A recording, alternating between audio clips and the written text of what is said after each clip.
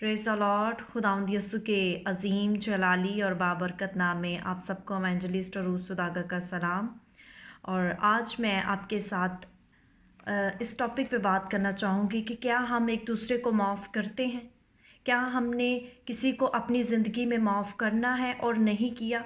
क्योंकि कलाम में लिखा है, कलाम में ऐसा लिखा है और कलाम हमें बताता है कि जब तक हम जो है दूसरों के कसूर माफ़ नहीं करेंगे, हमारे भी कसूर माफ़ नहीं किए जाएंगे। तो आज मैं आपके साथ ऐसी स्टोरी को शेयर करूंगी और हम खुदावंद के कलाम में से भी सीखेंगे कि जब हम दूसरों के कसूर माफ़ करेंगे तो हमारे भी कसूर माफ़ किए जाएंगे। तो ये स्टोरी टू फ्रेंड्स की है, दो दोस्तों की है कि जो सेहरा का सफ़र कर रहे थे। और सफ़र के जब वो पहले मरला पर जो है वो एक दूसरे के साथ चल रहे होते हैं, पहले स्टेज पर जो है वो एक दूसरे के साथ बहस करना शुरू कर देते हैं और इतनी ज़्यादा उनमें बहस होना शुरू हो जाती है कि एक को गुस्सा आ जाता है और वो दूसरे के मुंह पे थप्पड़ दे मारता है, तमाचा दे मारता है। और उसके दोस्त को दुख भी होता है, जिसके मुंह पे थप्पड़ लगता है उसे दुख भी होता है, दर्द भी होता है, लेकिन वो उसे बगैर कुछ कहे वो रेत पर लिख देता है कि आज मेरे बेहतरीन दोस्त ने मेरे मुंह पर तमाचा मारा है, थप्पड़ मारा है। ऐसे ही चलते चलते जब वो आगे बढ़ते हैं तो उन्हें निहलिस्तान, ये एक ऐसी जगह होती है जब हम सेहरा में जब आप इसको देख सकते हैं यूट्यूब पे, गूगल पे या बुक्स में हम ऐसा पढ़ते हैं कि ये ओसिस ओसिस इंग्लिश में इसको ओसिस कहते हैं। इन डेजर्ट, डेजर्ट में होता है और इसमें दलदल भी, पानी भी होता है। तो वो जब वहाँ पे उनको वो ओसिस मिलता है, निहलिस्तान मिलता है, तो वो सोचते हैं कि क्यों ना हम यहाँ पर अपना हाथ मुंह धो लेते हैं। और जैसे ही वो अपना हाथ मुंह धोने के लिए आगे बढ़ते हैं तो जिसके मुंह पर थप्पड़, जिसके दोस्त ने थप्पड़ मारा होता है, अब वो ही दोबारा फिर से वो उस दलदल में फंसना शुरू हो जाता है। और जिसने उसको मारा होता है वो उसकी जान को बचाता है, उसकी जान बचाता है, उसका हाथ पकड़कर उसको थाम लेता है और दलदल में से बाहर निकाल लेता है। जब वो दलदल से उसको बाहर निकालता है तो इस दफ़ा वो पत्थर पर लिखता है कि आज मेरे बेहतरीन दोस्त ने मेरी जान बचाई। वही दोस्त जिसने उसे थप्पड़ मारा होता है और जान भी बचाई होती है, तो वो अपने बेस्ट फ्रेंड से पूछता है कि जब मैंने तुम्हें हर्ट किया, तुम्हें दुख दिया, तुम्हारे मुंह पे थप्पड़ मारा, तो तुमने रेत पर लिखा, और जब मैंने तुम्हारी जान बचाई तो तुमने जो है उसको पत्थर पर लिखा, क्यों? ये उसका दोस्त जो है वो उससे सवाल करता है, इसका क्या रीज़न है? तो उसके दोस्त ने उसको जवाब दिया कि जब कोई तुम्हें दुख दे, जब कोई तुम्हें हर्ट करे, तो उसे रेत पर लिख देना, ताकि जब आंधी आए, हवा आए, तो वो उसको उड़ा ले जाए। लेकिन जब और माफ़ी की हवाएं जो हैं वो उसको उड़ा ले जाएं। लेकिन जब कोई तुम्हारे साथ अच्छा करे तो उसको ऐसे पत्थर पर लिख दो कि वो जो है वो मिट ना सके। जी हाँ दोस्तों, जब आपको कोई दुख देता है, तकलीफ़ देता है, तो आप उसको माफ़ करें, आप उसको भूलें और कोशिश करें कि आप जो है उसके लिए प्रे करें और उसको भूल जाएं और खुदावंद से फ़ज़ल मांगें कि आप उसको दिल से माफ़ करें।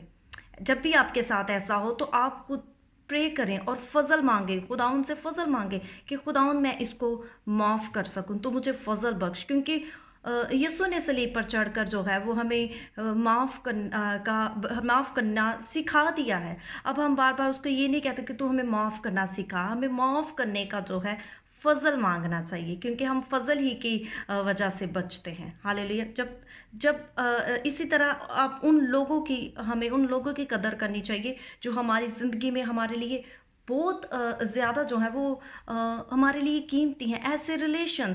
ऐसे रिलेशंस जो जिनके साथ हम बहुत ज़्यादा लड़ाई झगड़ों की वजह से, नाराज़गियों की वजह से ऐसी अपने दिलों में बातें रख लेते हैं कि हम उन्हें माफ़ करने पर तैयार ही नहीं होते। लेकिन खुदा का कलाम हमें क्या कहता है? जब हम कुलसियोस का तीसरा बाब उसकी 13वीं आयत में पढ़ते हैं, तीसरा बाब उसकी 13वीं आयत में, अगर किसी को दूसरे की शिकायत हो तो एक दूसरे की बर्दाश्त करे और एक दूसरे के कसूर माफ़ करे। जैसे खुदावंद ने तुम्हारे कसूर माफ़ किए वैसे ही तुम भी करो। आमीन। जब हम खुदावंद की हजूरी में नाफरमान होते हैं, जब हम खुदावंद के आगे गुनाह करते हैं, तो क्या हमारा आसमानी बाप हमें माफ़ नहीं करता? वो उन्हीं को ही माफ़ करता है जो माफ़ी मांगते हैं। और वो माफ़ करने पर कादिर है, और वो हर वक्त तैयार रहता है कि कब कोई मुझसे रिपेंट करे और मैं उसको माफ़ करूं। वो हमें माफ़ करने पर कादिर है। इसीलिए अगर आपसे कोई माफ़ी मांगता है या नहीं मांगता, आप उसको सच्चे दिल से माफ़ करें, क्योंकि जब तक आप किसी के कसूर माफ़ नहीं करेंगे, आपके कसूर भी माफ़ नहीं किए जाएंगे। आज हमें अपने आप से ये सवाल करने की ज़रूरत है कि क्या हम माफ़ करते हैं, क्या हमने किसी को माफ़ करना है, क्योंकि हम माफ़ करेंगे तो माफ़ किए जाएंगे। और डैनियल उसका 9 चैप्टर उसकी 9 वर्स में लिखा है, हमारा खुदावंद, हमारा खुदा रहीम और गफूर है, अगर जो हमने उससे बगावत की। जब हम उसकी हुजूरी में गुनाह करते हैं, ये बगावत ही है, फिर भी हमारा खुदा रहम करने वाला बाप है, तरस करने वाला बाप है, वो रहम से भरा बाप है। मैथ्यू जब उसका 6 चैप्टर उसकी वहाँ पर 14 वर्स में और 12 वर्स में, जब जीसस ने जब शागिर्दों को प्रे करनी सिखाई, उन्होंने कहा हमें दुआ करनी सिखा, तो उसमें 12 वर्स में और 14 वर्स में आपके लिए पढ़ना चाहूँगी, जो कि हम हर रोज़ पढ़ते हैं। लेकिन बहुत से ऐसे लोग हैं जो उसको सिर्फ पढ़ते हैं लेकिन उस पर अमल नहीं करते, उसको प्रैक्टिकल नहीं लेते। और जिस 12 वर्स में लिखा है, और जिस तरह हमने अपने कर्जदारों को माफ़ किया है, तू भी हमारे कर्ज हमें माफ़ कर।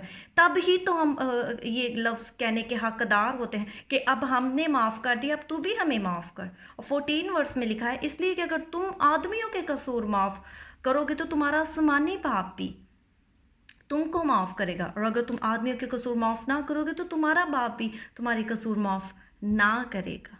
तो आज जो लोग ये मेरी आवाज़ जिन तक पहुंच रही है, मुझे वॉच कर रहे हैं, मेरी उनसे रिक्वेस्ट है कि आप अपने जिन्होंने आपको दुख दिया है, हर्ट किया है, आपकी इज़्ज़त को लेट डाउन किया है, कुछ भी जैसा भी उन्होंने आपके हक़ में जो भी बुरा भला कहा है, आप उन्हें माफ़ करें, क्योंकि आप माफ़ करेंगे तो आप माफ़ किए जाएंगे। क्योंकि इंतकाम लेना जो है वो खुदा का काम है। और जब हम कहते हैं कि इंतकाम लेना तेरा काम है, तो फिर हमें जो है इन सारी चीज़ों को इग्नोर करने की ज़रूरत है, क्योंकि जब वो इंतकाम लेता है तो वहाँ पर आप उसकी कुदरत को देख लेते हैं कि खुदावंद किस तरह से आपका इंसाफ करने पर कादिर है। तो अगर आपने किसी को माफ़ नहीं किया तो आप उसको माफ़ करें। और रोज़ाना जो ए हमारे बाप पढ़ते हैं उसको दुआए रुबानी जो पढ़ते हैं, ए हमारे बाप जो पढ़ते हैं, दुआए रुबानी जो पढ़ते हैं, उसको प्रैक्टिकली भी अपनी ज़िंदगी में लें। Thank you for watching. God bless you all.